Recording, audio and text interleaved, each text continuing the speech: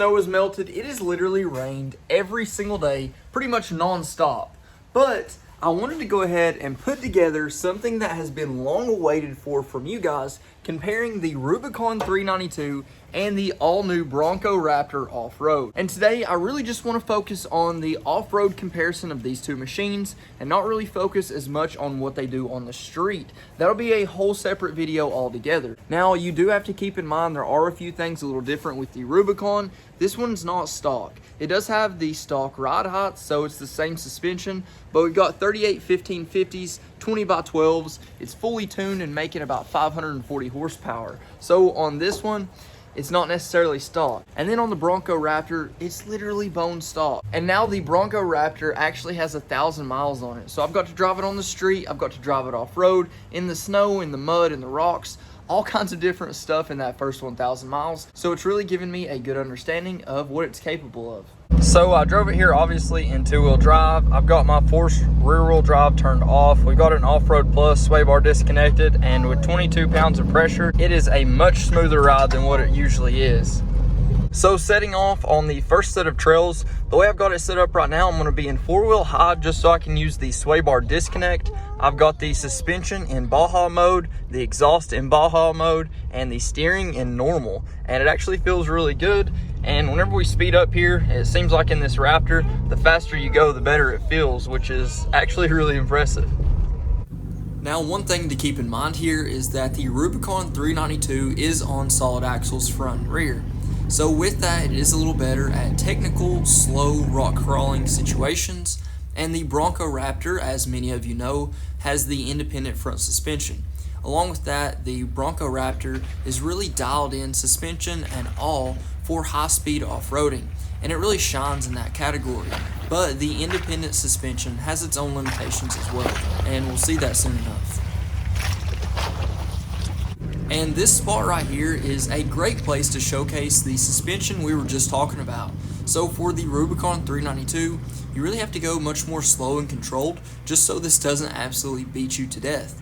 And then once you go to the Bronco, you're able to really just let loose. The suspension really absorbs a lot of that massive impact and gets you through the trail easy.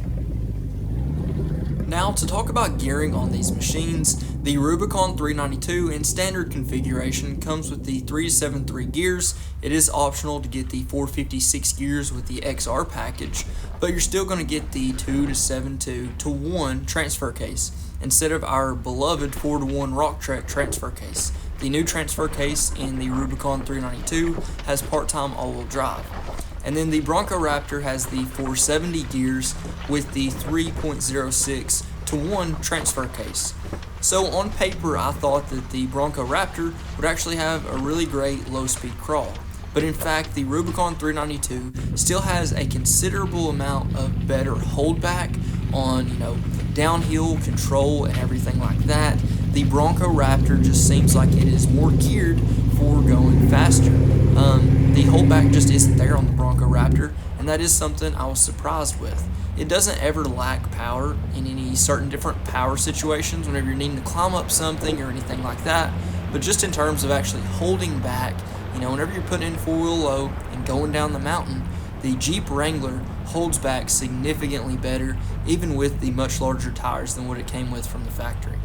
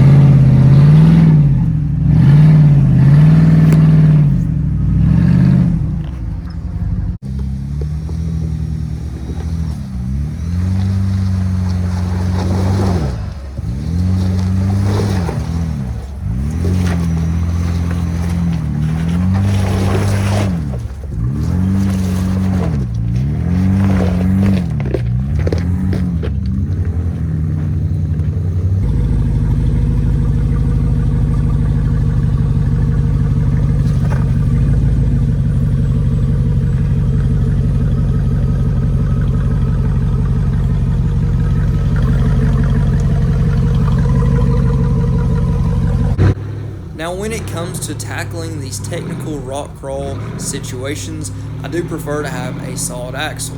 In a lot of the situations I took the Bronco Raptor through, I was just really unsure of where the tipping point was and how far I could really take it, because I guess I'm just not used to that independent front suspension. It seems more than capable in most situations, but there are quite a few situations where I wasn't very confident. And right here, I don't think I would have been confident enough to take the Bronco Raptor through if I was able to. Whenever I came back with the Bronco Raptor, this exact obstacle was covered in raging water, so I didn't get the chance to test it out on this exact same spot, but we tested it out on a few different spots right after.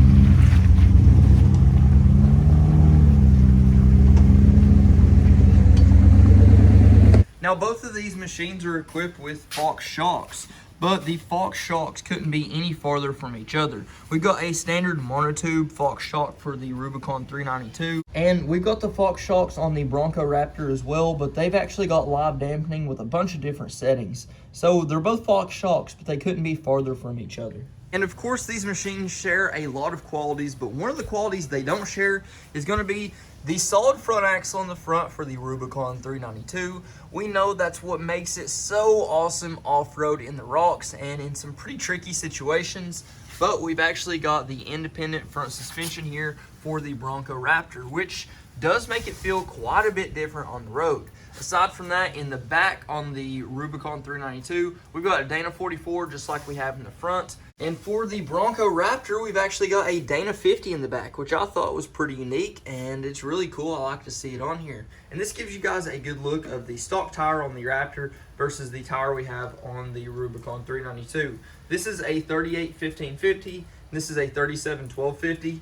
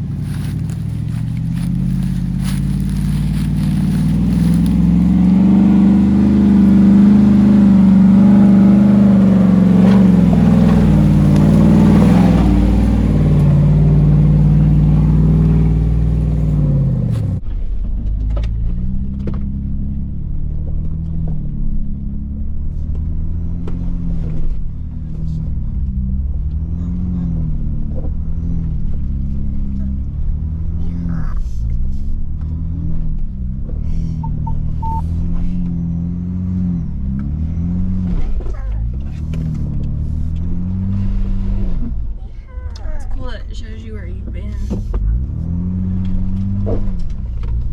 Yeah.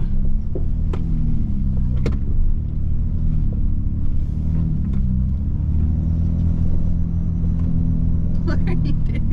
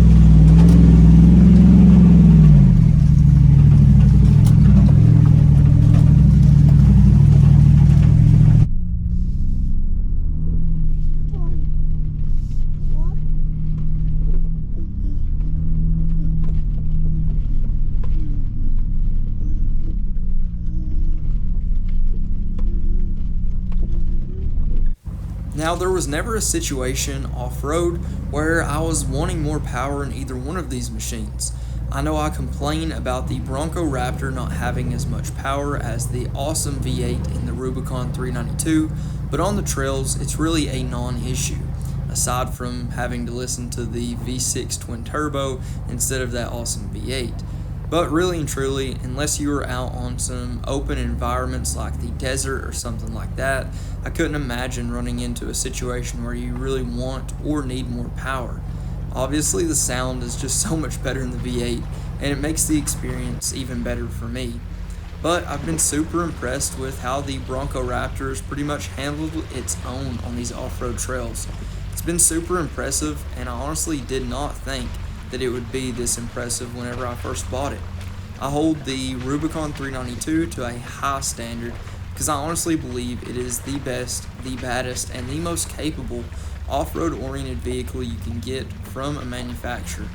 Now, of course, I've done a few things to mine to make it a little bit better and to suit me a little bit more, but the Bronco Raptor stock from the factory has been extremely impressive, and I think it's going to be a whole lot better with a few minor modifications and some new accessories to really open a few doors and possibilities for what we can do on the trail.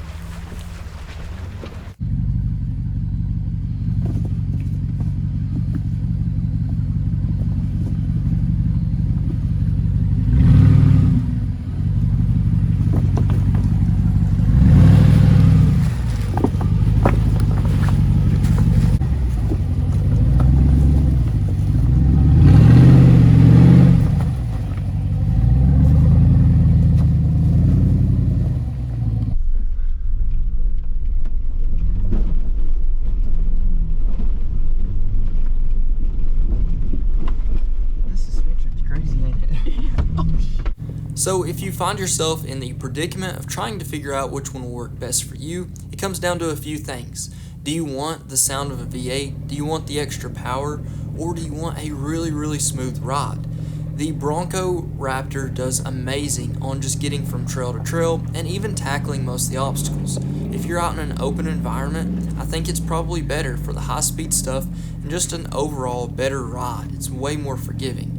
But if you're going to be going up technical trails and really tackling the rocks the way I like to, I think the Rubicon 392 is better. I love the sound of the V8 and I love all of its quirks. I'm so used to it. But let's be honest, 99% of people that actually buy these are never going to get them anywhere close to the limit of their capabilities. So just pick which one you like the best.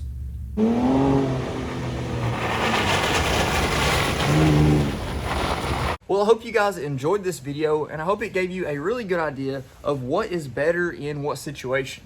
The Rubicon 392, hands down, better in the rocks, and the Bronco Raptor is pretty much better just getting from trail to trail. You can go so much faster with the suspension, and it really takes so much less of a beating. It's really impressive, and I'm super excited to test out more things with this Bronco Raptor, and I'm excited to go ahead and start fixing it up. If you haven't already, please like, comment, subscribe. Let me know what you think. Let me know what you want to see next. But until then, Godspeed.